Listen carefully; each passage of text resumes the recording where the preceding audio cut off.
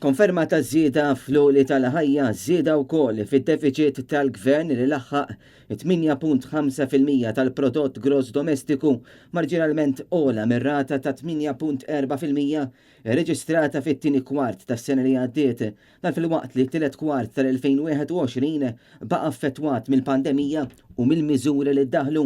Dan huwa dak li ġie ppubblikat f'rapport mill-Bank Ċentrali ta' Malta fejn intqal li fl-aħħar kwart tas-sena li għaddiet kien hemm żieda fil-qatt meta kkumparat mal-kwart ta' qabel tal-istess sena. Intqal ukoll li l-produttività tal-ekonomija għadha mhux utilizzata speċjalment fis-setturi tat-turiżmu u tad-divertiment. Apparti minn hekk l-indikaturi tas-sentiment ekonomiku mkejjel mill-Kummissjoni Ewropea naqas ftit mill-livelli reġistrat fit-tieni kwart tal-2021.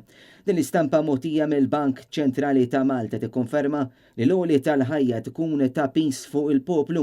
Infatti esperti ekonomiċi spjegaw ma' Net News li żieda fil-prezzijiet jista' jkun li ddum għaddejja x-xhur.